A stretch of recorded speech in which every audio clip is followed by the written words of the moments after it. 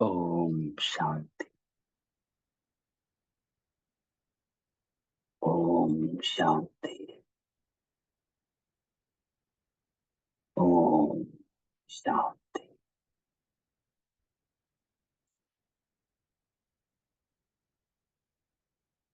तो आज बाबा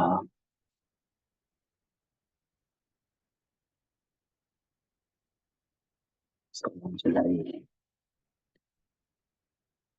1969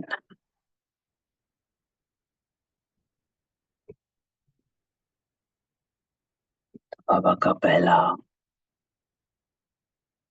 व्यक्ति वर्ष, जिसमें बाबा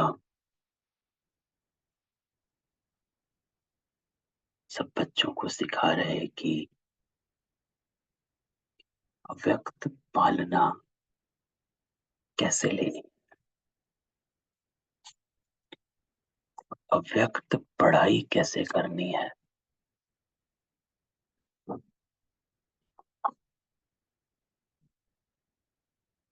तो जब बाबा अव्यक्त हुए तो बहुत सारे प्रोग्राम हुआ करते।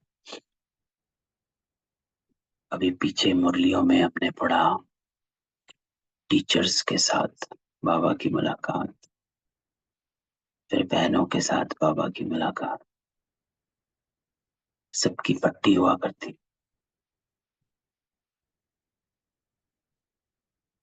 आज बाबा मधुबन निवासी भाई है, उनकी भट्टी चल रही, उस भट्टी में बाबा आया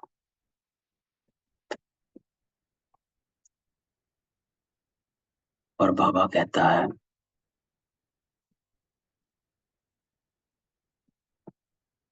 किसी भी कार्य में सफल होने का साधन एक, साहस नहीं छोड़ो, दूसरा स्नेह मिलाओ।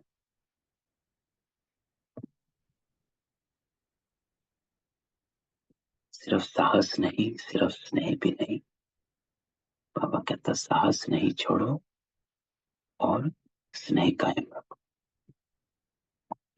तो बाबा कहता है, आज किस लिए निमंत्रण दिया है? मिलने के लिए ही बुलाया या कुछ लक्ष्य है? तो बाबा पूछता है, मधुबन भाई बैठे हैं, भट्ठी का प्रोग्राम है, बाबा आया। तो बाबा कहता है, आज किस लिए निमंत्रण दिया है? सिर्फ मिलना है या कुछ लक्ष्य है? आप सभी इस संगठन में किस निमंत्रण पर आए? अब बाबा बाप से पूछता है कि चलो मुझे बुलाया, आप क्यों आए हो? तो अच्छा क्वेश्चन है कि हम सब आज यहाँ क्यों बैठे?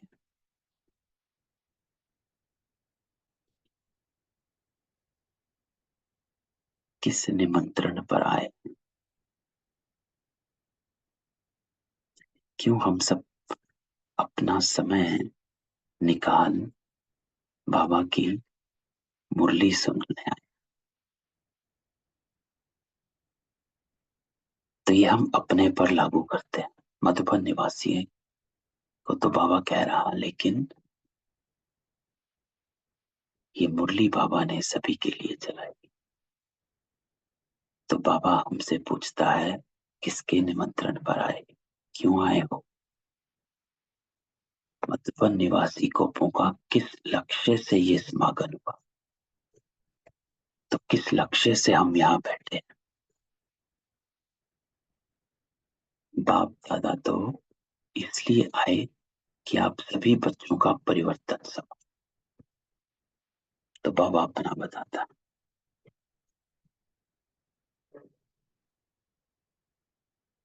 तो कितना सुंदर बाबा कहता है कि आज क्यों निमंत्रण दिया? सिर्फ मिलने के लिए बुलाया या कुछ लक्ष्य? और आपका क्या लक्ष्य है और आप क्यों आए? तो बाबा अपनी बताता है कि मैं तो परिवर्तन समारोह, कि आप सब आत्माओं का परिवर्तन हो रहा। तो कितना एक्यूरेट आंसर है बाबा, कि हम यहाँ बैठे इसलिए हैं अपने परिवर्तन के लिए। तो बाबा कहता है कि आप यहाँ आए हो परिवर्तन के लिए।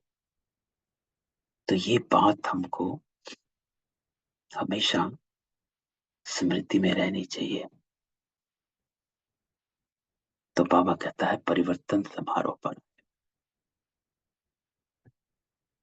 भट्टी में किस लिए बैठे थे? तो बाबा पूछता है, भट्टी में क्यों बैठे थे? देखो, भट्टी में, स्थूल में भी, भट्टी में होता परिवर्तन ही है। मिट्टी रखोगे, ईट बन जाती है, परिवर्तन हो जाता है।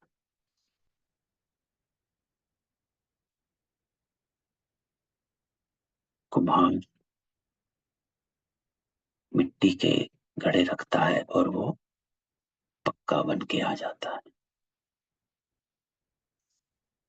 तो भट्टी को बाबा शब्द यूज करता है क्योंकि वो ऐसी अग्न है जिसमें परिवर्तन होता ही है। तो बाबा कहता है भट्ठी में क्यों बैठे थे? परिवर्तन के लिए। तो आज परिवर्तन समारोह में मिल रहा है। तो बाबा कहता आज आप भी परिवर्तन के लिए आए हो और मैं भी परिवर्तन समारोह पर आया। परिवर्तन की उत्कंठा सभी में बहुत अच्छी है, उत्साह भी, हिम्मत भी। आज की पट्टी के चार्ट से ये देखने में आ रहा है। तो बाबा देखता है कि जो भी आत्माएं बैठी हैं, पापा कहता है कि परिवर्तन की उत्कंठा बहुत है, उत्साह भी और हिम्मत भी है। तभी बैठे हैं, तभी आए हैं।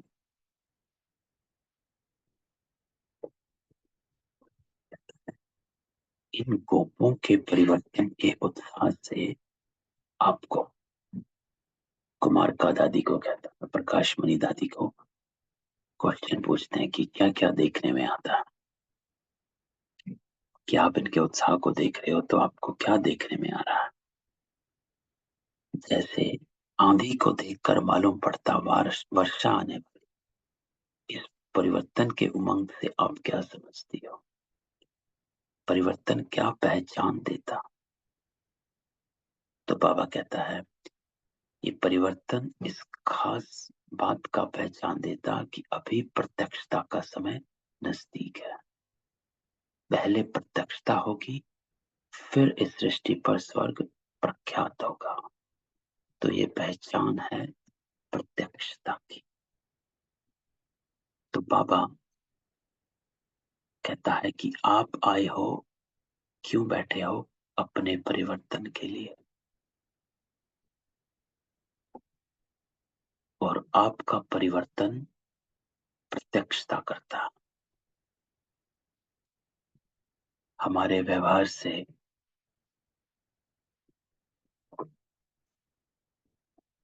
वाणी से, कर्मों से। क्योंकि बाबा कहता है कि भट्ठी में बैठे हो तो परिवर्तन हुआ है।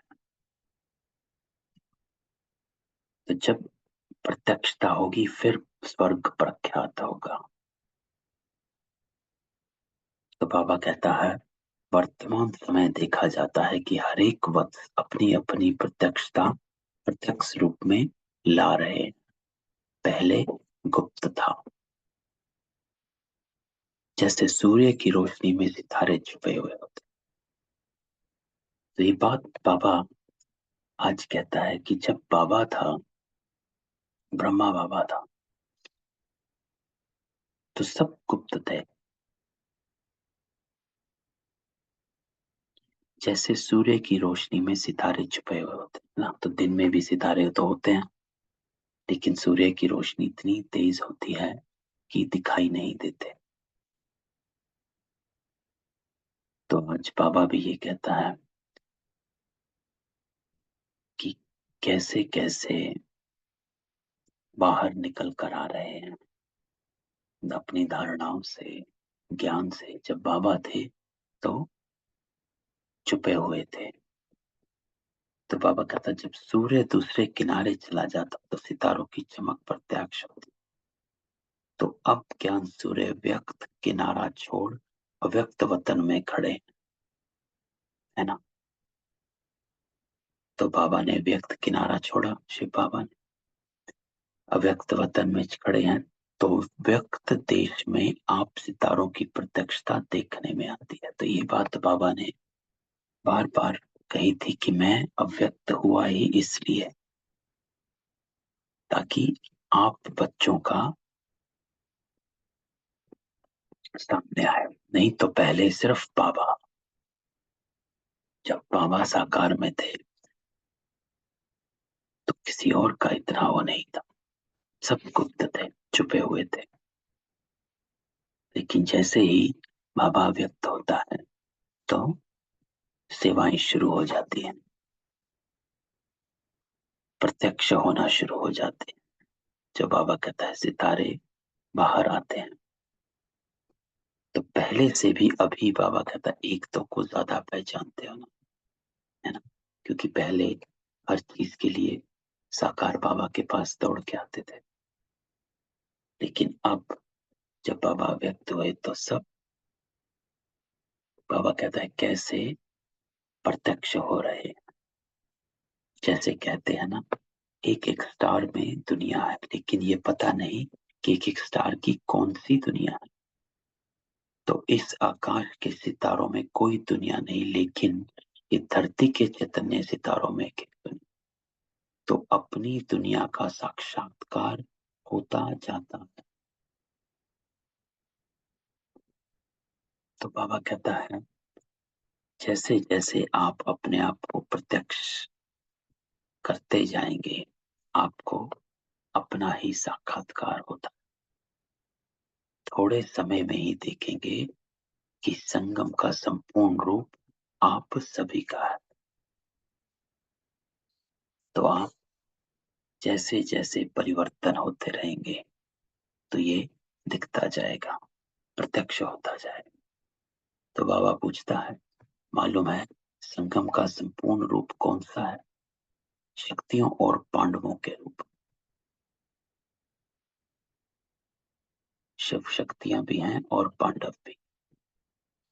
तो ये संगम का जो संपूर्ण स्वरूप है, वो अब प्रत्यक्ष आप सभी को अपने में महसूस होगा।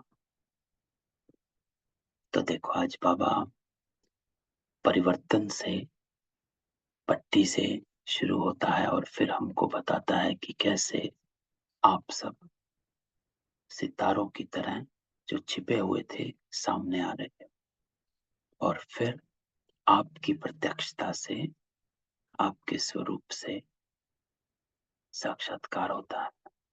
तो मालूम पड़ेगा, बाबा कहता है आपको, कि हमारे कौन से भक्त हैं, कौन सी प्रजा है।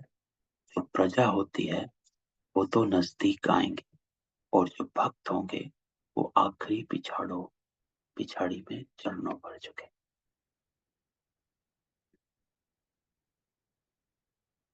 तो बाबा कहता है, जैसे ही आप प्रत्यक्ष होते हो, ज्ञान देते हो, तो प्रजा बनाते हो और भक्त भी बनाते हो। तो हर एक सितारे के अंदर जो राजधानी अथवा दुनिया बनी हुई है, वो अब प्रत्यक्ष रूप लेगी। तो आप सभी अपनी अपनी राजधानी बना रहे हैं। तो बाबा कहता है, जब वो प्रत्यक्षता होगी, तब सभी अहो प्रभु का नारा लगा। अब ये समय नजदीक आ रहा, इसलिए बाबा कहता है, अब जल्दी परिवर्तन को लाना। आप रचयिता हो। किसके रचयिता? अपनी राजधानी के रचयिता, अपनी प्रजा के रचयिता, अपने भक्तों के रचयिता। तो जैसा रचयिता होगा, वैसी रचना होगी। तो रचयिता को अपना रचना का ध्यान रखना है। तो बाबा कहता है, जैसे आप होंगे ऐसे ही आपकी रचना, ऐसे ही आपकी यादगार बनेगी, ऐसे ही आपकी प्रजा होगी, ऐसे ही भक्त बनेंगे। अगर आप अलबेले हुए तो आपके भक्त अलबेले। कई बार बाबा ने मुरलियों में कहा।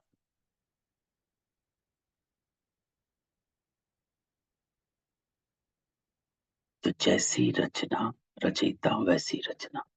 तो आपको अपनी रचना का ध्यान रखना। तो बाबा इस पैरा में कहता है कि परिवर्तन को लाओ और प्रत्यक्षता करो। तो इस समय पर बाप दादा का भी हर्ष हो रहा है। स्नेह और साहस, ये दो चीज देख करके हर्षित हो रहे हैं। तो अब बाबा मुरली का जो सार है उस पर आता है कि स्नेह और साहस, हर एक में स्नेह और साहस है। उसका सिर्फ बीज नहीं, लेकिन बीज का कुछ प्रत्यक्ष फल भी देखने में आता। तो बाबा कहता है कि दोनों चीजें बहुत इंपॉर्टेंट, साहस भी हो और स्नेह भी।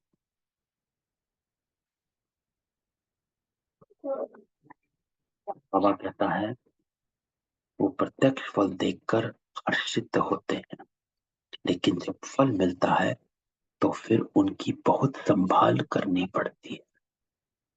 तो आप भी इस फल की बहुत संभाल रखना, क्योंकि ये फल बाप दादा को ही स्वीकार कराना। तो बाबा कहता है कि हर एक में स्नेह और साहस है, हिम्मत भी है और स्नेह भी है। लेकिन बाबा कहता है कि सिर्फ बीज नहीं, अर्थात सिर्फ संकल्प मात्र में नहीं है, लेकिन उसका कुछ प्रत्यक्ष फल भी देखने में, कर्म में लाए हो। लेकिन जब फल निकलता है तो बाबा कहता है उनकी बहुत संभाल करनी पड़ती है। तो आप भी इस फल की बहुत संभाल रखना, क्योंकि ये फल बाप दादा को ही स्वीकार कराना है। अर्थात अपने पर नहीं लेना कि मैंने सिखाया, मैंने किया,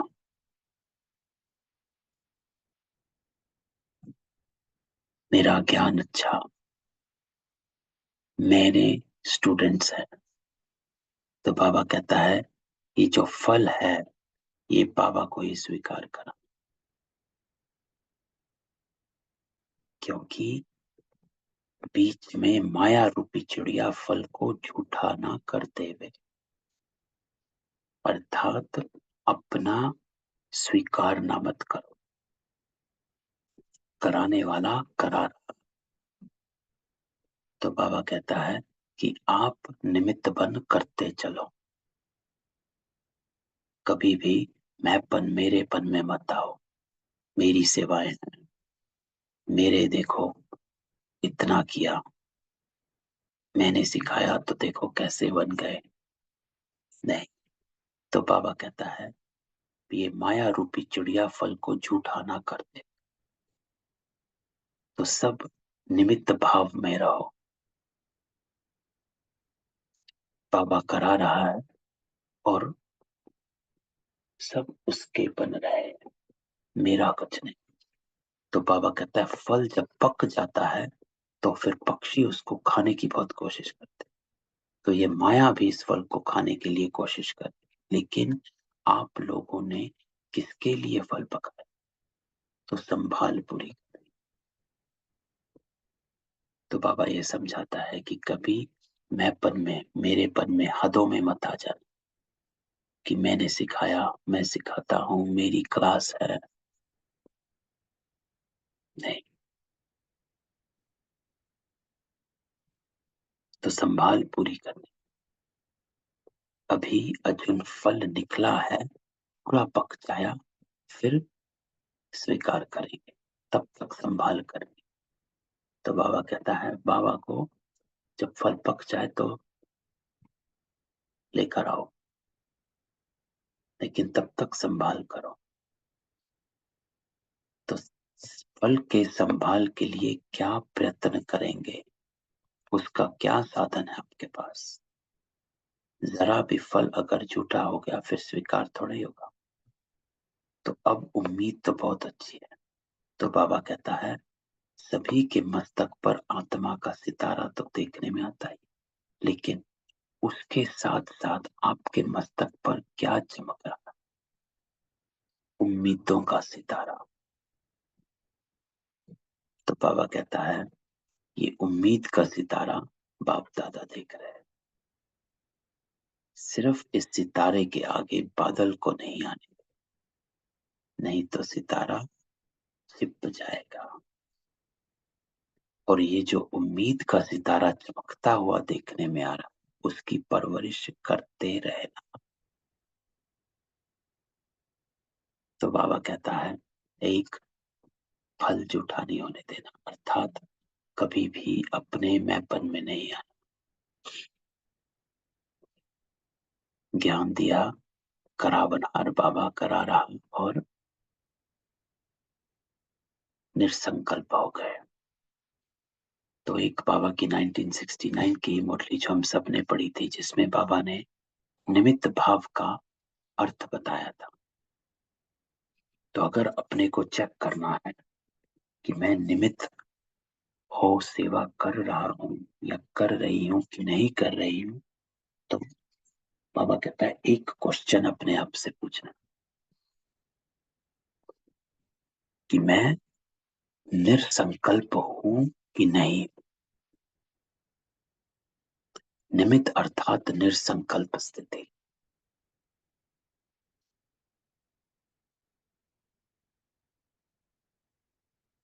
तो निरसंकल्प स्थिति, अगर आपकी निरसंकल्प स्थिति है कि सेवा करी और निरसंकल्प हो गए, ये नहीं सोचा कि अच्छी थी कि गलत थी, उस आत्मा ने मेरी प्रेज करी कि नहीं करी,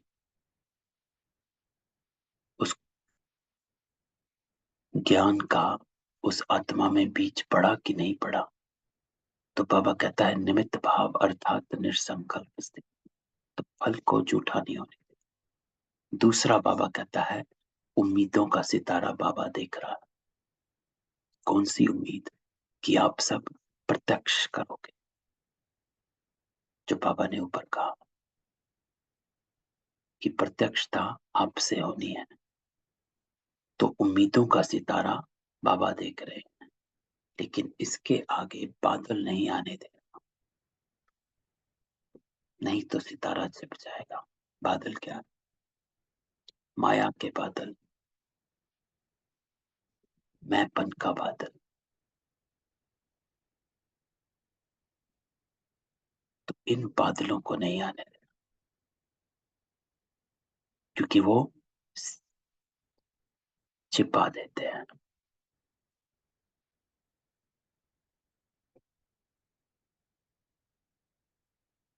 तो बाबा हमेशा इन बादलों की बात करता है, कई कॉन्टेक्स्ट में बात करता है। एक मुरली याद आती है जिसमें बाबा कहता है कि मैं एक सेकंड में परम धाम से यहाँ आता हूँ और यहाँ से वहां पहुंच जाता हूँ। आप कितना टाइम लगाते हैं?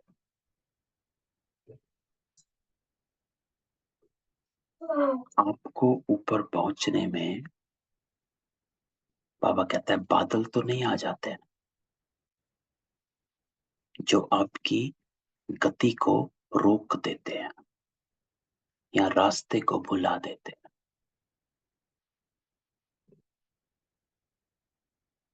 और इन बादलों को पार करने के लिए एक ही चीज बाबा कहता है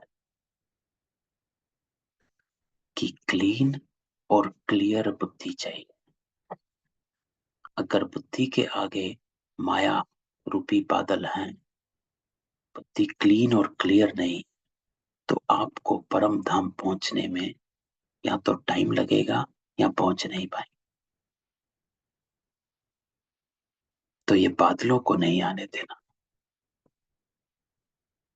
तो ये जो उम्मीद का तारा चमकने में वह देखने में आ रहा है, उसकी परवरिश करते रहना। अर्थात कभी भी कोई कार्य में, चाहे स्थूल चाहे सूक्ष्म, एक तो साहस नहीं छोड़ना, दूसरा आपस में स्नेह कायम।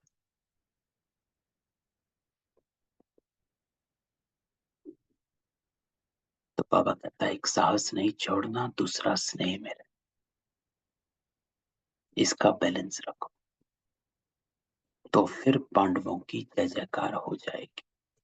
जय जयकार के नारे सुनने में आए। अभी तो कभी कुछ हो रहा। तो जब जय जयकार हो जाती है तो फिर नाटक समाप्त हो जाता। तो फिर आप सभी को अव्यक्त स्थिति का झंडा दूर से देखने में। तो बाबा कहता है बादल नहीं आने देना, कोई भी माया रूपी बादल नहीं आने देना। हर कार्य में, चाहे स्थूल है चाहे सूक्ष्म है, साहस और स्नेह दोनों कायम रखो तो सफलता।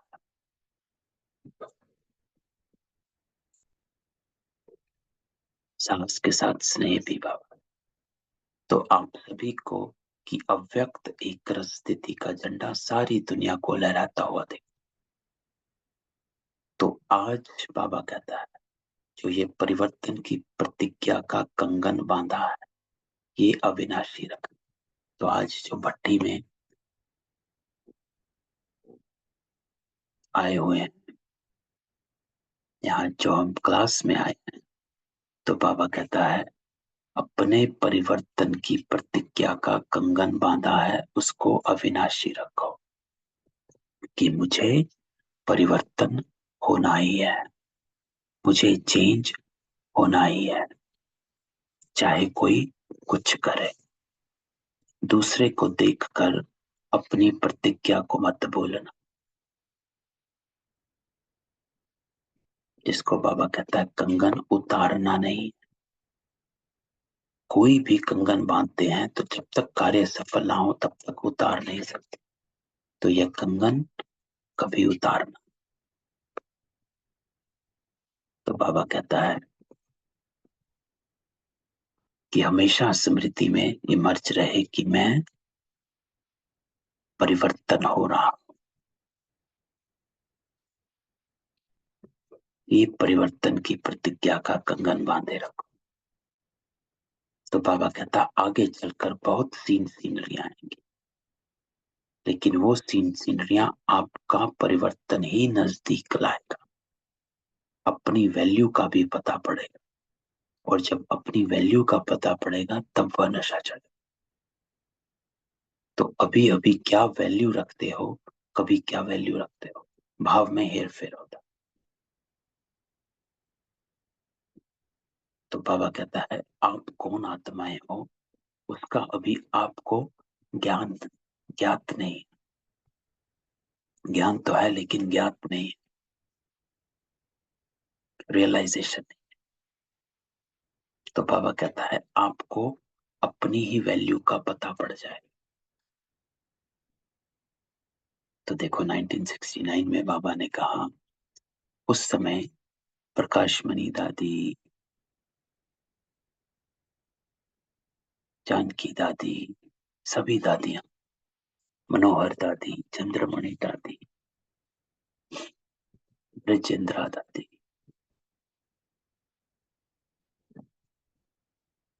उस समय इन सब दादियों का इतनी वैल्यू का पता नहीं था। बाद में जब सेवाएं शुरू हुई तो देखो एक एक दादी रत्न बन गई। बाबा कहता अभी आपको नहीं पता, लेकिन बाद में पता चले। तो ये फिर अपने आप पर लागू होता है कि अभी आपको अपनी वैल्यू का नहीं पता, लेकिन बाबा कहता है मंत्र यही है कि अपने परिवर्तन, आपका परिवर्तन ही नजदीक लाएगा। तो अपने परिवर्तन को कभी नहीं भूलो। तो आपकी वैल्यू बहुत है, अभी आपको ज्ञान नहीं। अभी बाबा कहता है भाव में हेर फेर होता रहता है। जैसे कोई चीज निकलती है तो पहले भाव ऊपर नीचे होता है, फिर फाइनल। तो अपनी वैल्यू का अभी फाइनल मालूम नहीं पड़ा। तो बाबा हमको कह रहा है अभी आपको अपना ही ज्ञान नहीं है कि आप कौन हो और क्या करने वाले हो।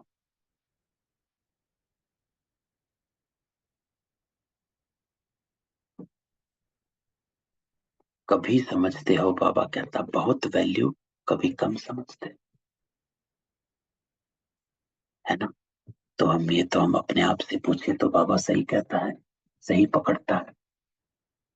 कभी हम अपने आप को ही ऊपर, कभी अपने आप को ही नीचे कर लेते हैं। तो बाबा कहता है लेकिन यथार्थ हर एक की वैल्यू क्या है वो अभी जल्दी मालूम पड़ेगा, तो मालूम पड़ेगा। लेकिन उसके लिए बाबा कहता है मूल बात एक ही है, अपने परिवर्तन को।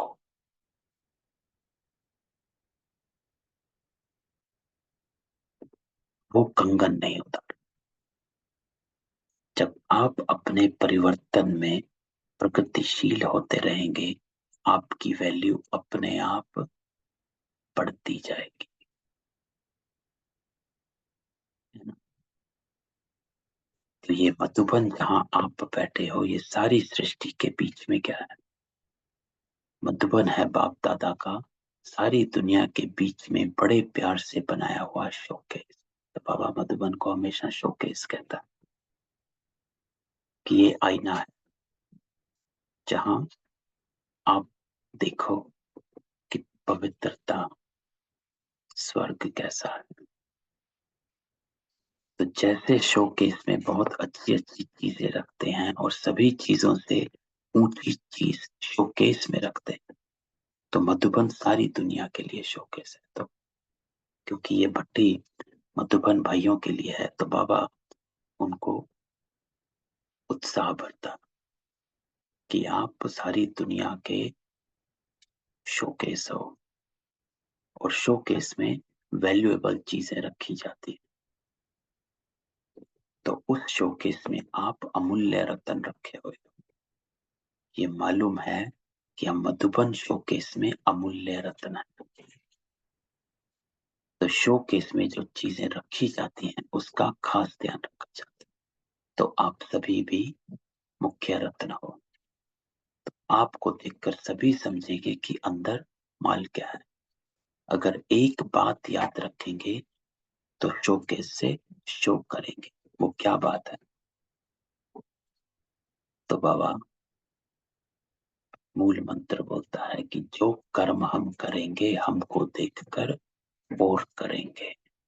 हर एक को समझना चाहिए मैं अकेला नहीं, मेरे आगे पीछे सारी राजधानी है।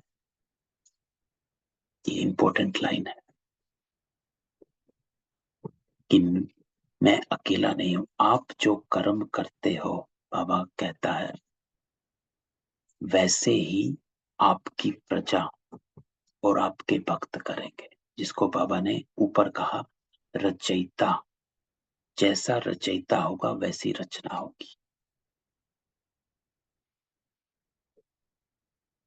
तो आपका जो कर्म है वो आपकी प्रजा और आपके भक्त देखते हैं और उसको फॉलो करते हैं।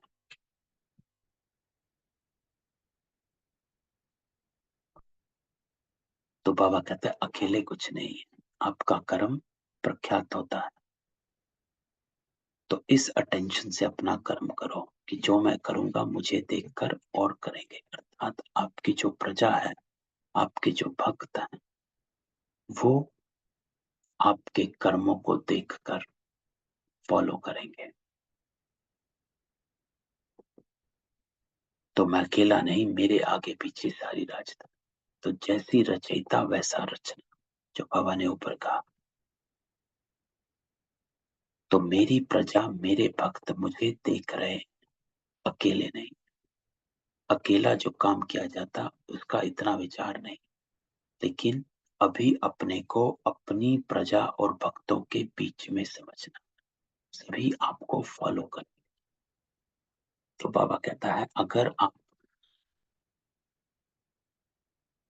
छोटा कर्म करते हो, कीर्ति कला का कर्म करते हो, तो ये समझो कि आपकी प्रजा और आपके भक्त भी वैसे ही फॉलो कर। आप अकेले नहीं। जो भी सेकंड सेकंड कदम चलता है वो तुम्हारा संस्कार। पावरफुल लाइन है। जो भी सेकंड सेकंड कदम चलता है वो तुम्हारा संस्कार आपके जो भक्त और प्रजा है उनमें बढ़ता जाएगा। तो बाबा कहता है ये ना समझो कोई देख नहीं रहा, अकेला हूं। नहीं, आपकी प्रजा और आपके भक्त आपके संस्कारों को कैच करते हैं।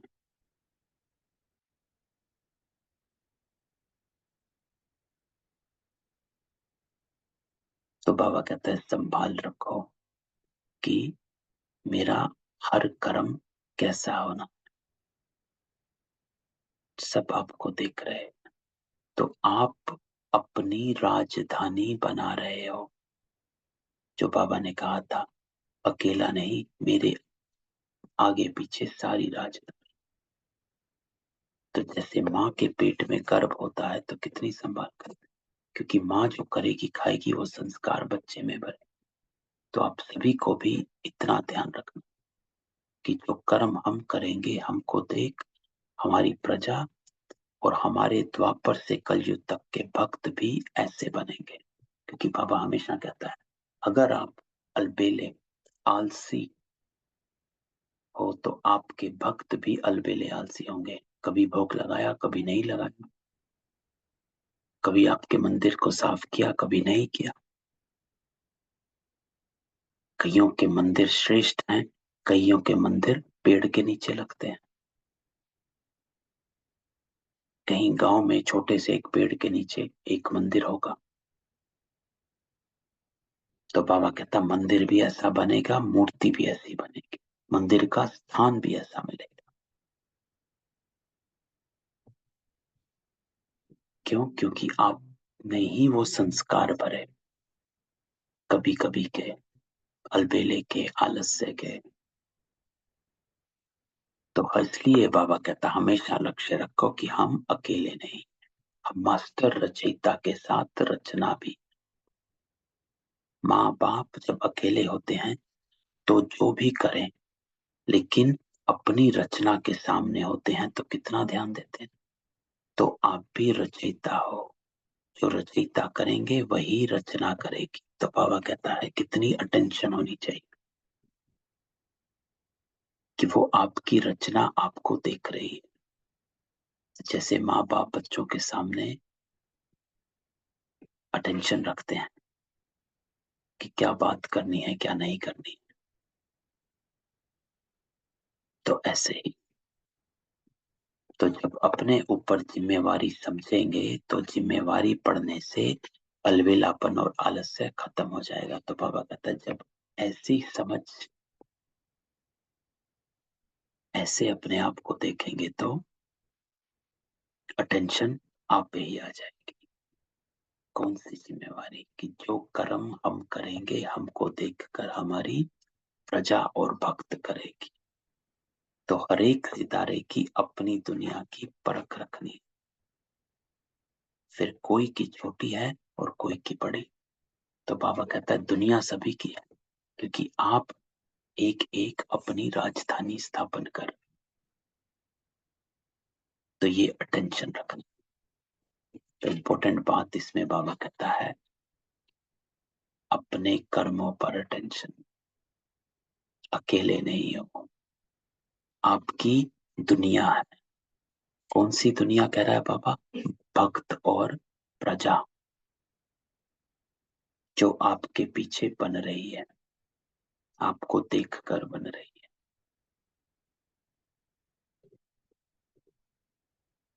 तो बाबा कहता है समारोह किया ही इसलिए जाता है कि जीवन भर के लिए यादगार बन जाए। तो आज बाबा इस मुलाकात को यादगार बनाता है। ये मिलन यादगार बन जाए।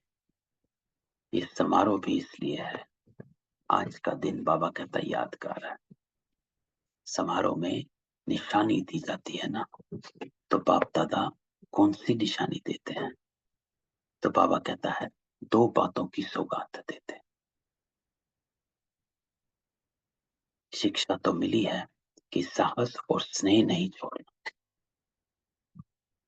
है ना। ये तो बाबा ने कहा कि कार्य में सफलता लानी है तो दो चीजें इंपॉर्टेंट है, साहस और स्नेह नहीं छोड़ना। और सौगात बाबा क्या दे रहे हैं? बाबा कहता है एक सौगात, अब ये सौगात हम सब ले लें, ये गिफ्ट जो बाबा देता है।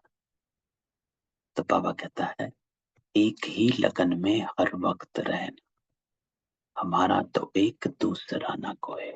अर्थात किसी और को ना देखो, ना किसी की मत को देखो, ना किसी की मत को सुनो।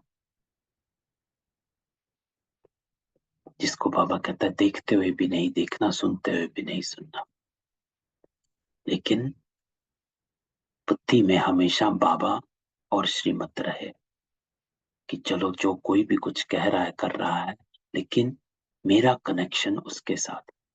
तो मेरे को वही करना है जो बाबा ने मुझे कहा। तो एक ही लगन में हर वक्त रहना, हमारा तो एक दूसरा ना कोई दूसरा। बाबा कहता है इकोनॉमी में रहना। तो एक की याद और इकोनॉमी,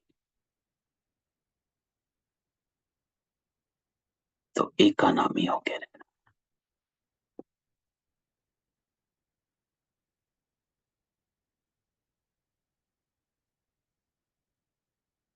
तो ये दो सौगात आज के समारोह की है। तो बाबा आज दो सौगात देता है कि एक की लगन में हर वक्त रहना है, और इकोनॉमी, इकोनॉमी होकर रहना। एक की याद है और इकोनॉमी। तो इकोनॉमी बाबा कई मुर्लियों में एक्सप्लेन करता है, कई चीजों में, कि सार में रहो, कम बोल करो। ज्यादा बोल इकोनॉमी नहीं है। कम कम बोल को यूज करो। विस्तार में मत रहो, सार में रहो। इसको कहा जाता इकोनॉमी में रहना।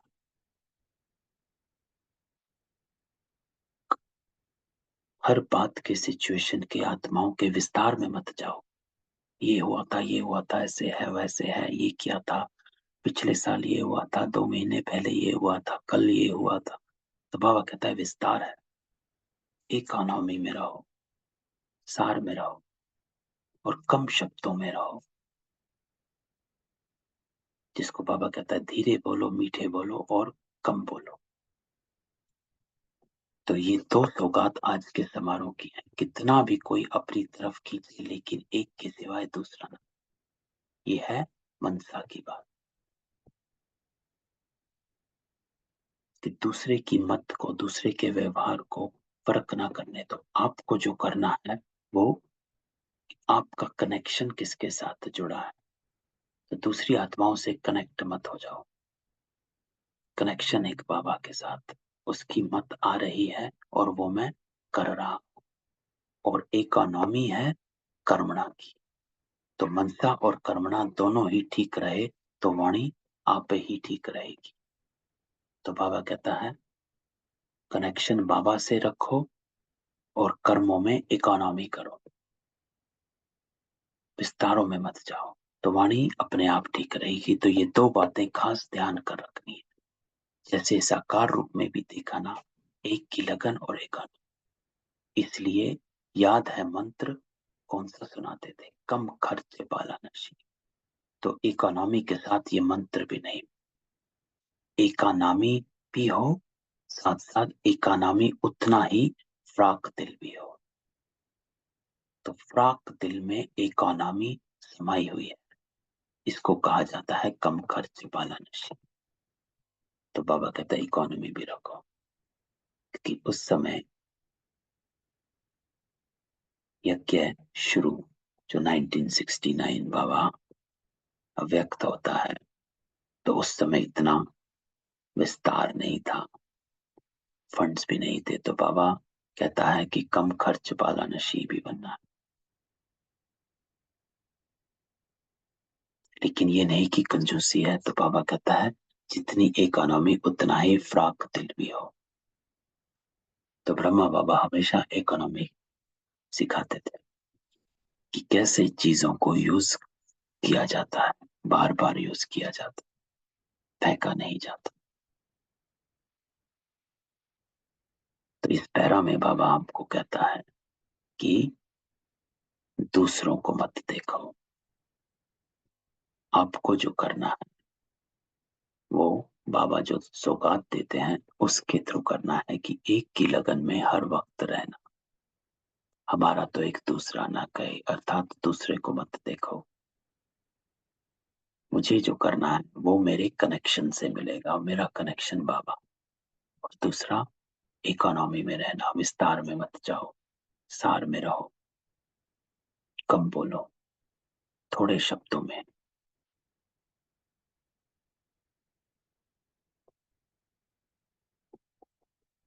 तो आप और सभी से एक्स्ट्रा भाग्यशाली हो। तो बाबा कहता है आज अब अनेक सौगात दी है।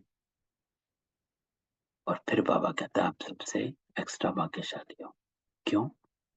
कहते हैं ना कि जिनके घर में बहुत मेहमान आते हो वो बहुत भाग्यशाली होते हैं। तो तुम एक्स्ट्रा भाग्यशाली, क्योंकि सभी से ज्यादा मेहमान यहाँ आते हैं, मधुबन आते हैं। लेकिन मेहमान नवाजी भी करनी पड़ती है। तो मेहमान नवाजी बाबा कहता है ऐसी करनी जो अपने घर से पूरा ही मेहमान हो जाए, भूल जाए अपने घर। आपकी मेहमान नवाजी उनको सदा के लिए मेहमान बना दे।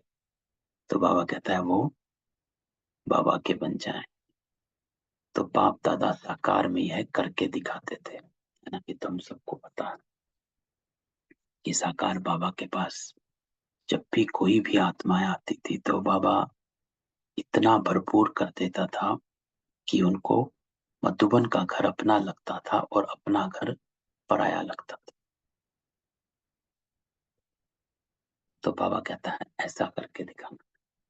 एक दिन की मेहमान नवाजी में पूरे जीवन के मेहमान बना, ऐसी मेहमान नवाजी करनी, इसको कहा जाता संशोज फादर।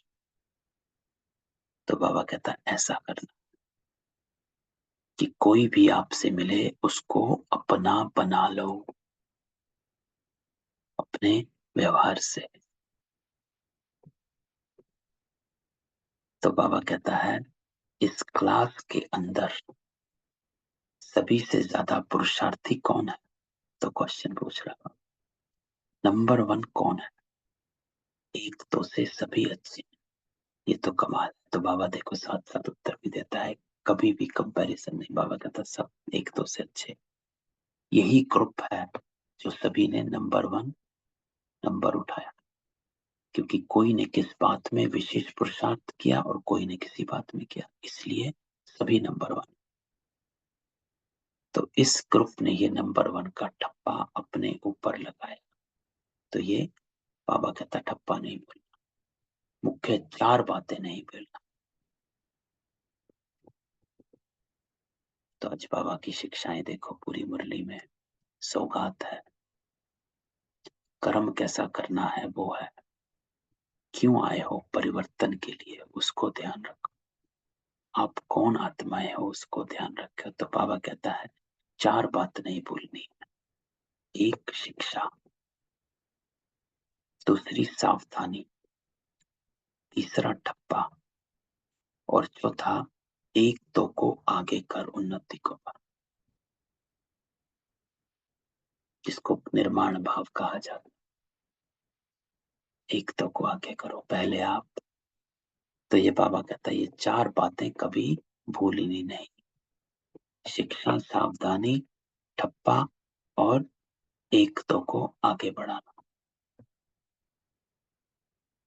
ठप्पा कौन सा? Number one. बाबा कहता कि नंबर वन आत्मा है। तो ये चार बातें कभी भूलनी नहीं। आज तो मीठे मीठे सिखिलते बच्चों प्रति माता पिता बाप दादा का याद प्यार, नमस्ते और गुड मॉर्निंग। रूहानी बाप की रूहानी बच्चों को नमस्ते, और रूहानी बच्चों की रूहानी बाप दादा को याद प्यार, नमस्ते और गुड इवनिंग। अनम्यूट करते हैं।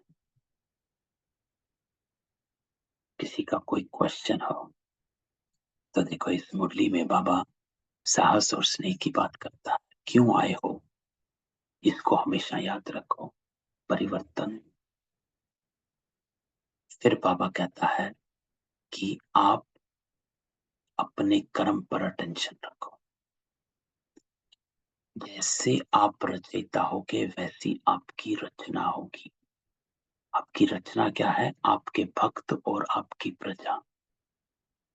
तो बाबा कहता है अपनी प्रत्यक्षता आपके परिवर्तन से है। तो परिवर्तन को सदा स्मृति में रखना, मैं परिवर्तन हो रहा हूं, ये मेरा परिवर्तन का समय है।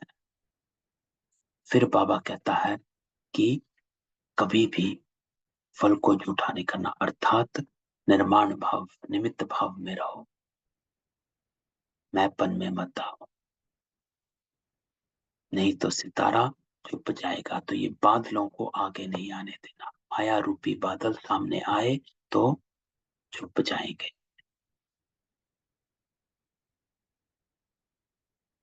तो ये कंगन जो है परिवर्तन का, ये कंगन सदा स्मृति में रहे। और फिर बाबा कहता है कि अपना कर्म,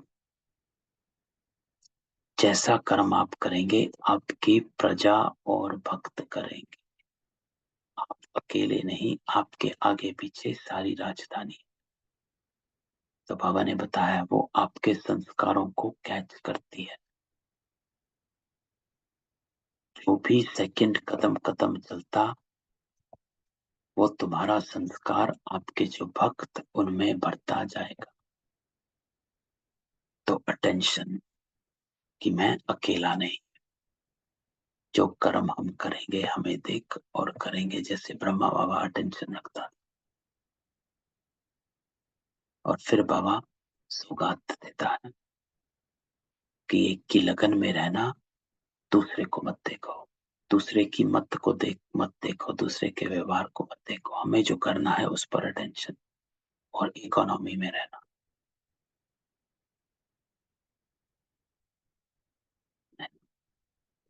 तो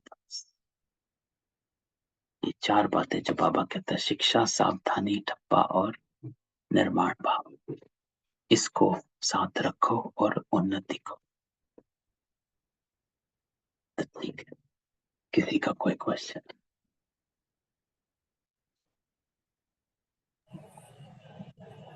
ओम शांति। ओम शांति।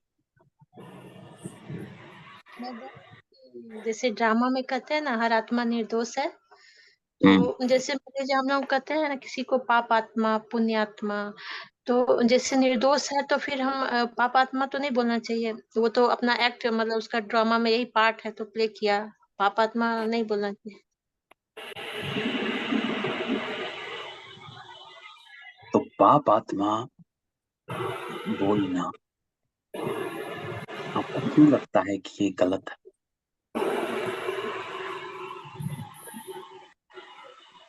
पाप आत्मा का अर्थ क्या हुआ, है ना? तो हम जब कह रहे हैं कि पाप आत्मा है, तो आप ये देखें,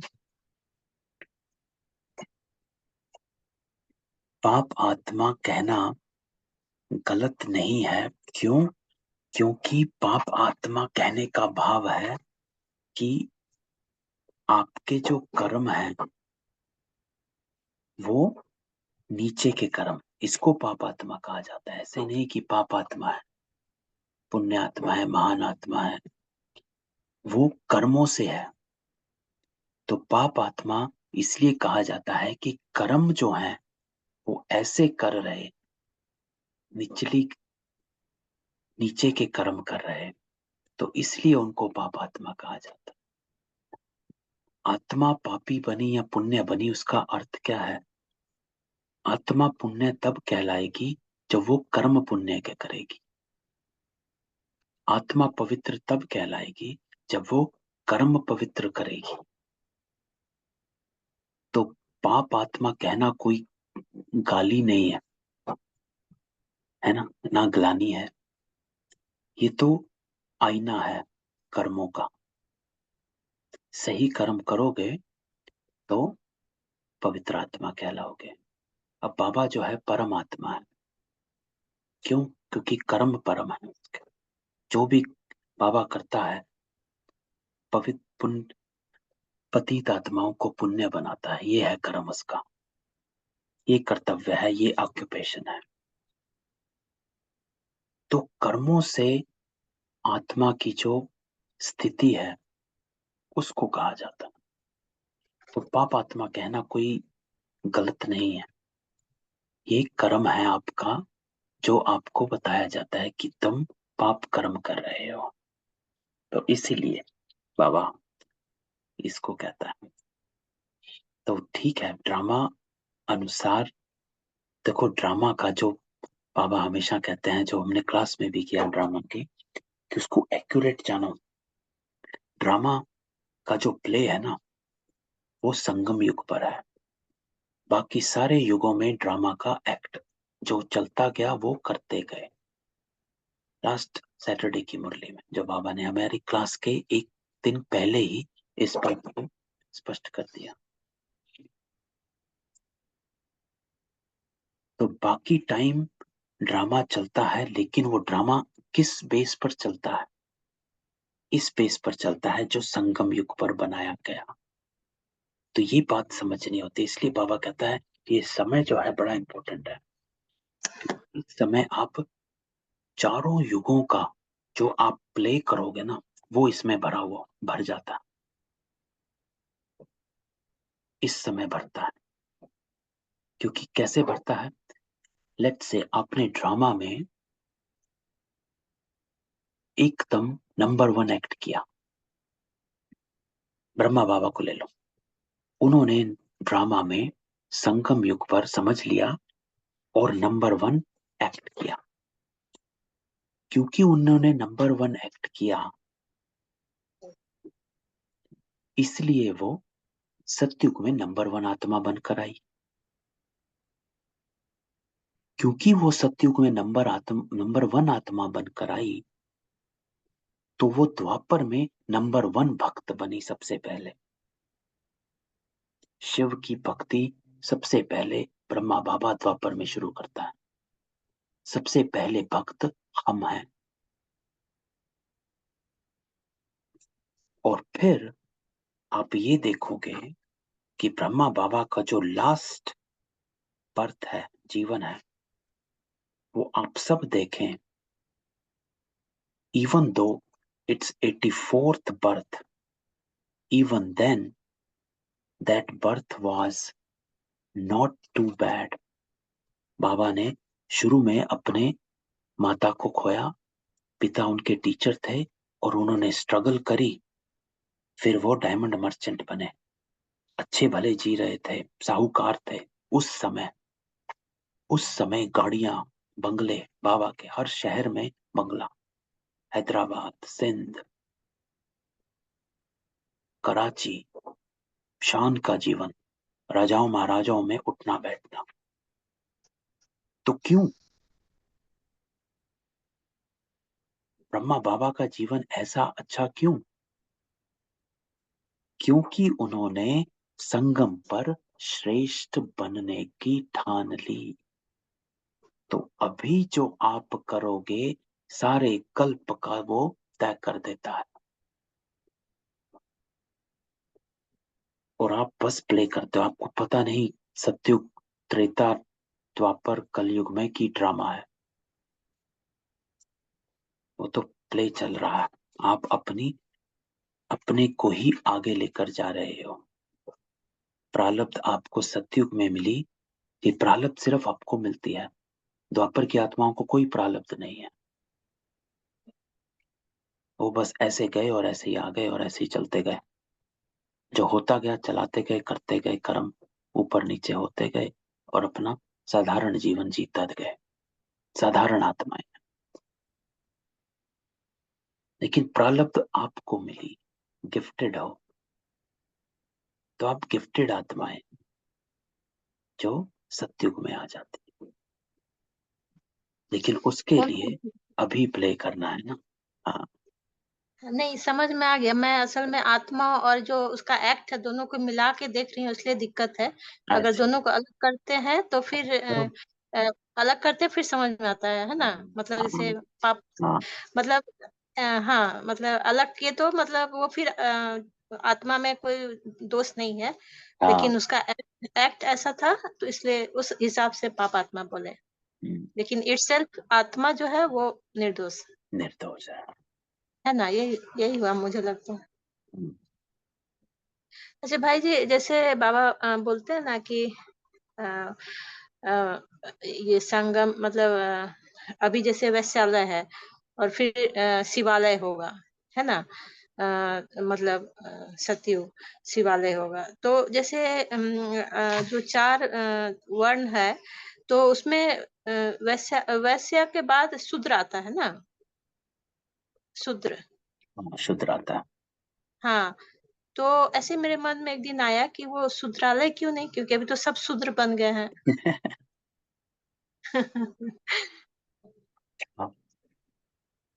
क्वेश्चन तो अच्छा है।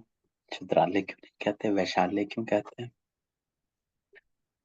पता नहीं भाई, है ना? तो शास्त्रों में लिखा गया, हमें भी पता है, तो बाप ने जो कहा बोल जी, जी, दिया, ऐसे ही है मेरे ना? मन में आया तो बोल दी, हाँ, इसका कोई मीनिंग नहीं। हम्म, हुँ। ठीक है। ओम शांति। हाँ जी। ओम शांति। ओम शांति भाई। ओम शांति। ओम ओम शांति भाई जी। ओम शांति। मेरा एक प्रश्न है। हाँ जी। ये क्या होता है, कभी कुछ जैसे गलत हो जाता है, मतलब जैसे बाद में ऐसा लगता है कि ये तो अ, मेरा करने का कोई था ही नहीं, मतलब मैंने सोचा ही नहीं था ये करना, ऐसा कुछ गलत। और लेकिन होने के बाद कुछ गलती हो गया ना, होने के बाद लगता है कि ये तो मैंने सोचा ही नहीं था करने का, फिर ऐसे कैसे हो गया।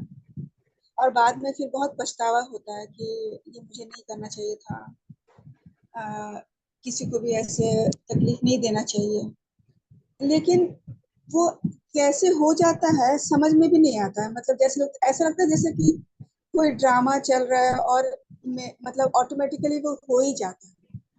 मतलब मैंने कभी सोचा नहीं है कि नहीं ये गलत नहीं करना चाहिए, हमेशा यही रहता है मन में कि नहीं ये गलत बिल्कुल नहीं करना चाहिए।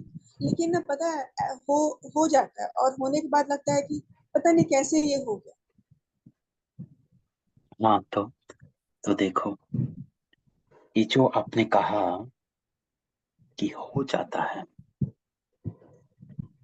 तो आप अगर साक्षी होकर अभी उस समय को देखें जब ये हो गया, तब आपको समझ में आएगा कि उस समय जो माया कहो या विकार कहो या आपका पुराना संस्कार कहो, वो हावी हो जाता है और वो नेचुरल रूप में सामने आ जाता है। तो जिसके लिए बाबा आज भी कहा, जो बाबा ने मुख्य 4 बातें कही एंड में, उसमें जो दूसरी बात कही वो सबसे इंपॉर्टेंट है, सावधानी, अटेंशन। हमारा कर्मों का ऊपर नीचे हो जाना, ये हमारी अटेंशन की कमी हो जाती है, दृढ़ संकल्प की कमी हो जाती है कि मुझे नहीं करना है। इस बात का अटेंशन हमारा कम हो जाता है। मेरा अपना अनुभव है और आप सभी का होगा कि हमारा जो भी कर्म ऊपर नीचे होता है, अब शुरू में देख लें, प्याज खाने पर ही ले लो कि जब छोड़ा तो अटेंशन से छोड़ा, फुल अटेंशन रखते थे। बाहर गए तो अगर कभी कुछ खा लिया तो उसके पीछे यही होता था कि याद नहीं रहा, अटेंशन की कमी हो गई, उसमें दृढ़ता की कमी थी। लेकिन धीरे धीरे वो सब एकदम छूट गया। क्यों? हमने उसको इतना अपने अंदर समा लिया, इतनी अटेंशन हमारी पावरफुल हो गई, संकल्प इतना दृढ़ हो गया कि हर चीज की इंग्रेडिएंट्स चेक करने लग गए कि नहीं इस पैकेट में क्या है, उस पैकेट में क्या है। बाहर जाते थे तो नहीं, कुछ नहीं खाना जी, एकदम बाहर जाते थे। तो कहने का भाव ये ज्योत्सना बहन की, ये जो हो जाता है ना, अगर हम उस समय अपने आप को साक्षी हो देखें, अभी देखें और पीछे जाएं और अपने आप को डिटैच करें, तो हमें समझ में आ जाएगा कि ये रीजन हमारी अटेंशन की कमी का है, कि हम भूल जाते हैं कि उस समय हम कौन हैं। और ये अटेंशन की कमी को कैसे पक्का किया जाए, उसके लिए जो बाबा कहता है कि हर 1 घंटे 2 घंटे बाद 1 मिनट अपने लिए निकाल और एक पावरफुल याद में बैठ जा। क्योंकि हम सारा दिन सुबह मुरली पढ़ते हैं और फिर जब हम घर के काम या ऑफिस के काम में हो जाते हैं तो धीरे धीरे जो है मुरली का रंग उतरता है और हम नेचुरल इस लोक संसार में गुम हो जाते हैं। और जब हम इस लोक संसार में गुम हो जाते हैं तो हमारे जो नेचुरल संस्कार जो हैं वो इमर्ज रहते हैं। बाबा क्या कहता है कि आपको जब आप घर व्यवहार में आते जाते हो तो अपनी अटेंशन को इतना पावरफुल रखो कि आपके जो नेचुरल संस्कार जो हैं, देह के जो संस्कार हैं, जो तुरंत आपसे कुछ भी करवा देते हैं, उनमें थमाहट आए, ठहराव आए। और उसके लिए घंटे 2 घंटे बाद अपने को 1 मिनट निकाल कर पॉज दे दो, क्योंकि वो आपको आपकी अटेंशन के साथ जोड़ कर रखेगा। तो ये हो जाता है हमारे साथ कि जब हम दुनिया में निकल जाते हैं तो दुनिया जैसे बन जाते हैं। कॉन्शियसनेस सब कॉन्शियसनेस में रहता है बाबा कि हाँ है, हम हैं, लेकिन हमारे जो संस्कार हैं वो दैहिक चलते हैं। तो इसके लिए ये प्रैक्टिस जो बाबा देता है, जो बाबा ने कल भी मुरली में कहा था, 8 घंटा याद में रहना। याद में रहना क्या? कि अपने जो संस्कार जो हैं, आपके दैवी या ईश्वरीय संस्कारों को इमर्ज रखते रहो, याद करते रहो, स्मृति में लाते रहो, ताकि आपका जो देह के संस्कार हैं वो हावी ना हो जाए। तो यहाँ पर ज्योतिका बहन यही युक्ति है कि हम अपने आप को बीच बीच में पॉज दें। 1 घंटे नहीं तो 2 घंटे बाद 1 मिनट एक पावरफुल याद में बैठ जाएं, उन संस्कारों को इमर्ज करें, तो ही आपका जो ये है तो नहीं होगा। तो हाँ, ये पावरफुल याद कैसे करना है? गहन जो होता है पावरफुल याद है। तो उसमें बाबा यही कहता है कि जब आप बैठते हो 1 मिनट के लिए, तो सिर्फ बाबा बाबा करने के लिए नहीं बैठना। हमें करना क्या है? परिवर्तन हो किसका रहा है? आपका। करवा कौन रहा है? बाबा। लेकिन हो किसका रहा है? आपका। तो हमें जब हम बाबा के साथ बैठते हैं तो अपनी स्मृति को इमर्ज करो कि मैं कौन हूं, और इन संस्कारों को बाप समान आत्मा हूं। इसीलिए ये बुद्धि का योग कहा जाता है कि बुद्धि में दैवी संस्कार जो हैं, ईश्वरीय संस्कार जो हैं, वो एकदम इमर्ज रहे कि मैं रहम दिल, मधुरता, धैर्यता, उदारता, स्नेह चित्त। तो ये जब आप ऐसे दातापन के गुण, ऐसे संस्कार आप अपने को याद दिलाते रहेंगे, तो ही आपकी स्थिति जो है वो श्रेष्ठ बनेगी। सिर्फ बैठकर बाबा को याद किया और फिर अपने कर्म में आ गए, उससे नहीं होगा। लेकिन परिवर्तन, जैसे आज बाबा ने इस मुरली में कहा, परिवर्तन क्यों बैठे हो, क्या परिवर्तन हो रहा है? तो मेरा, तो जब आप पावरफुल याद कहा जाता है तो उस याद में आपका श्रेष्ठ स्वरूप समाया हुआ हो। याद बाबा की है, करा वो रहा है, लेकिन आपका इमर्ज श्रेष्ठ स्वरूप हो, श्रेष्ठ संस्कार इमर्ज रूप में सामने, उसको कहा जाता है पावरफुल याद। और ये करना है हमें हर 2 घंटे, 1 घंटे में 1 मिनट पॉज देकर इन अपनी श्रेष्ठ स्थिति को इमर्ज कर। तो ऐसे करना है, तभी आपका कर्म जो है, हमारे संस्कार जो हैं, वो परिवर्तन होंगे, क्योंकि हमें वो फिर याद रहेगी, स्मृति की याद रहेगी। सिर्फ गीत चलाकर और बाबा के साथ बैठकर उससे कुछ भी नहीं होगा। वो तो हम कई साल करते आए, नहीं हुआ। वो तभी होगा जब हम, क्योंकि मूल बात कर्मों की है। ज्ञान कितना मर्जी ज्ञानी बन जाए, लेकिन कर्म में कितना आया वो है फर्क। कि समाया है कि सुनना है सिर्फ। तो ये करना है कि हम बैठें और अपने आप को इन श्रेष्ठ स्थिति को इमर्ज करना है, अपनी श्रेष्ठ संस्कारों को इमर्ज करना है अपने, तब आप श्रेष्ठ आत्मा हो। तो ये है, बाबा तो साथ में आ ही जाता तो है ना। भाई जी जैसे जो गलती हो चुका, मतलब जो हो चुका पास्ट, तो उसको उसके बारे में क्या करना चाहिए? जैसे बाबा के सामने बैठकर नहीं, जो हो गया वो हो गल गया ज्योति का बहन। बीती सो बंदी, पछतावा बाबा के होता है सामने मतलब। बैठ के पछतावा कुछ नहीं, बाबा को सामने बैठकर ये कुछ नहीं। बाबा हमेशा एक बात पर कहता है कि मेरे सामने रखो, लेकिन रियलाइजेशन आपको होना चाहिए। बाबा क्यों कहता है कि मेरे को लिख के दे दो, मेरे को सामने रखो?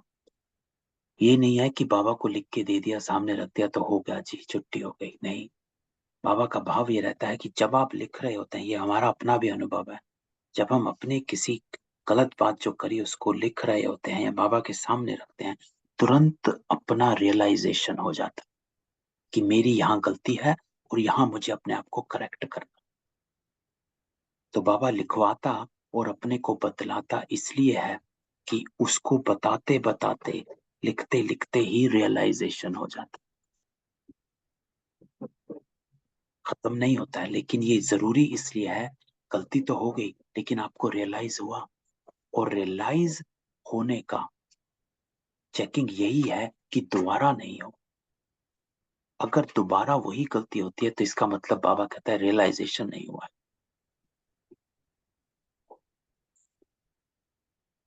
तो बाबा ने जैसे बोले ना कि बाबा को बता देना चाहिए, सब कुछ बताना चाहिए। हाँ, बताना है। और जी, तो बाबा को और बताना है, लेकिन आप ये देखेंगे कि हमारा अपना अनुभव बताते बताते ही हमें रियलाइज हो जाता है हमारी गलती का, और साथ साथ दृढ़ संकल्प भी हमें आ जाता है कि हमें अब से ये नहीं करना। और बाबा जैसे आधा माफ हो जाता है, ये भी बाबा ने बोला है। बाबा क्या? तो बाबा ने बताया ना कि अगर आप बाबा को बता दोगे जो भी आपने गलती की है, तो माफ हो जाए, आधा माफ हो जाता वो ऐसे ही माफ नहीं होता है धरती का बहन। वो माफ आप अपने आप को करते हो, अपने ऊपर कृपा आप करते हो।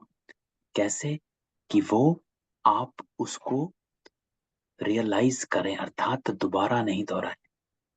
माफ होना क्या, वो कर्म तो बना, लेकिन क्योंकि आपका वो कर्म बन चुका है तो वो कर्म फिर से आएगा।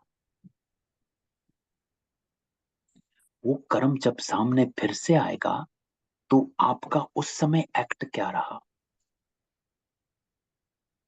वो आपका फिर से हिसाब किताब सामने। ये तो है नहीं कि आपने पहले गलती कर दी तो हो गया जी, खत्म। नहीं, वो कल फिर आएगा, किसी और रूप में आएगा।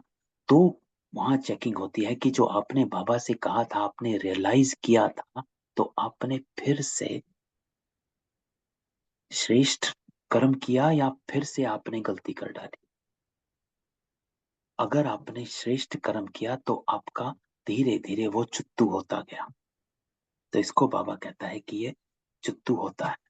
तो जो बाबा कहता है आधा माफ हो जाएगा, तो उसमें ये हो जाता है कि आप रियलाइज, ऐसे नहीं बाबा को बताते गए और आधा माफ करते गए, ये तो वही हुआ गंगा में कर्म किया और गंगा में नहा कर आ गए। नहीं, बाबा को बताना अर्थात रियलाइज करना और अपने से दृढ़ संकल्प करना कि दोबारा नहीं होगा। अगर दोबारा किया तो इसका मतलब आपने बाबा को बताया नहीं, उस भाव से नहीं बताया जिस भाव से बाबा कहता है। क्योंकि बाबा कहता है पुरुषार्थ का अर्थ क्या होता है कि एक बार जो गलती हो वो दोबारा नहीं हो। अगर दोबारा हुई है तो इसका मतलब आपने रियलाइज ही नहीं किया। तो जब बाबा को बताते हैं तो साथ में दृढ़ संकल्प होना चाहिए कि मैं ये दोबारा नहीं करने वाला। है जी। और ये क्योंकि क्या होता है भाई जी, जो जब हम जैसे बोलते हैं ना कि जैसे बाबा के साथ योग में बैठने से वो गहन जो योग होता है उसमें हमारे विकर्मों का विनाश होता है, ये क्या है? ये तो हमने कई बार डिस्कस किया है कि विक्रम विनाश होता कैसे है। सिर्फ योग में बैठने से विक्रम विनाश नहीं होता। विक्रम हुआ कैसे? आपके कर्म से। तो जिसको बाबा खाता कहता है, तो खाता में माइनस हो चुका है, प्लस कैसे होगा? जब आप उसमें एक प्लस भरेंगे। तो कर्म से माइनस हुआ तो कर्म से ही प्लस होगा। योग में बैठ विक्रम विनाश अर्थ क्या है? योग में बैठ विक्रम विनाश का अर्थ है, जब आप योग में बैठते हो तो आपके जो संस्कार हैं वो परिवर्तित होते हैं। जो अभी बाबा ने मुरली में कहा परिवर्तन, क्या परिवर्तन? आपके कर्मों का परिवर्तन हुआ कि नहीं हुआ? तो विक्रम विनाश योग में बैठ के इसको इसलिए कहा जाता है कि आप जब योग में बैठते हो आपके संस्कार जो हैं वो इमर्ज होते हैं, और जब आप इन संस्कारों को इमर्ज करते हो, स्थिति में आते हो, और जब आप कर्म में आते हो तो क्या होता है कि आपके पुराने किए हुए जो विकर्म है उस हिसाब किताब सामने आते हैं। और जब हिसाब किताब सामने आता है तो उस समय आप योग स्थिति में रहकर उस हिसाब किताब को चुत्तू करते हो तो आपके विकर्म विनाश होते हैं। तो आप अपने कर्मों से विकर्म विनाश करते हो। इस बात को समझा कि किसी ने गुस्सा किया लेकिन आप चुप रहे, तो चुप रहने से विकर्म विनाश हुआ, क्योंकि आपने उस विकर्म को और नहीं बनाने दिया। तो बाबा कहता है 3 खाते होते हैं। एक खाता होता है आपके जो पुराने विकर्म है उसका खाता। दूसरा खाता है जो आप नए विकर्म बना रहे हो उसका खाता। तीसरा खाता है जो है जमा का खाता। जमा का खाता जो होता है ये पहले और दूसरे खाते को कट करता है। तो आपका अटेंशन होना चाहिए कि मेरा जमा का खाता बने, अर्थात मेरे कर्म श्रेष्ठ रहे। तो योग में बैठ विकर्म विनाश का अर्थ है कि आपने अपनी स्थिति पावरफुल बनाई, तो आपने जब जो भी कर्म किया वो श्रेष्ठ किया। क्योंकि आपने श्रेष्ठ कर्म किया तो वो श्रेष्ठ कर्म आपके माइनस हुए हुए खाते को प्लस करता जाएगा। तो विकर्म विनाश तब होते हैं। ये नहीं कि योग में बैठे और हम विकर्म करते गए, योग में बैठे बाबा के साथ बाबा बाबा किया और हमारा विकर्म विनाश होता गया। नहीं, इसको कर्मों की गुह्य गति कहा जाता कि कर्म सिर्फ कर्म से ही चुत्तु होते हैं। तो अपने कर्मों को श्रेष्ठ बना। क्यों बाबा का? नहीं तो बाबा ये कहे कि भाई कर्म कुछ भी करता चल लेकिन योग मेरे साथ लगाता रहे तो तेरे सारे विकर्म विनाश हो जाएंगे। एक भी मुरली में बाबा ये नहीं कहते। आज की मुरली में भी बाबा ने ये नहीं कहा। नहीं तो बाबा सिर्फ ये कहता कि बस मेरे साथ योग में बैठे रहो, आपके सब विकर्म विनाश हो जाएंगे। नहीं, बाबा कहता तेरा कर्म योग है, कर्मों की गुह्य गति है। तो कर्मों से ही कर्मों का हिसाब किताब चुत्तू होता। कर्मों से ही तेरे विकर्म विनाश होते हैं। सुकर्मों से तेरे विकर्म विनाश होंगे, श्रेष्ठ कर्मों से तेरे विकर्म विनाश होंगे। योग में इसलिए कहा गया क्योंकि श्रेष्ठ कर्म सिर्फ योग में ही रहकर हो सकते हैं। उस योगिक स्थिति में ही आप श्रेष्ठ कर्म कर सकते हो, जिसको बाबा कहता है कर्म योग। योग में रहकर कर्म करना, अर्थात अपनी श्रेष्ठ स्थिति को में रहकर कर्म करना, इसलिए कहा जाता है। ऐसे विकर्म, योग में रहकर विकर्म विनाश नहीं होते, वरना तो हम सब तपस्या में बैठ जाएं और सब विकर्मों को विनाश कर ले, नहीं होगा, है ना। तो अपने कर्मों पर अटें। जो आज भी बाबा ने कहा जो कर्म मैं करूंगा, जब तक हम अपने कर्मों का सुधार नहीं करेंगे तब तक हम विकर्मों का विनाश नहीं कर पाएंगे, क्योंकि ये विकर्म बार बार हमारे सामने आते हैं जुत्तू होने के लिए, और उस समय हमने कैसे एक्ट किया वो तय कर देगा कि आपका विक्रम विनाश हुआ या आपने एक और नया बना लिया, है ना। तो इसलिए बाबा हमेशा कहता है पापों का घड़ा भरा हुआ है और मत बना। इसलिए ये टाइम है श्रेष्ठ कर्म करने का, नए कर्म जोड़ने का नहीं, श्रेष्ठ कर्म करो। तो सारा मदार कर्मों पर है। ठीक है, चल, ओम शांति।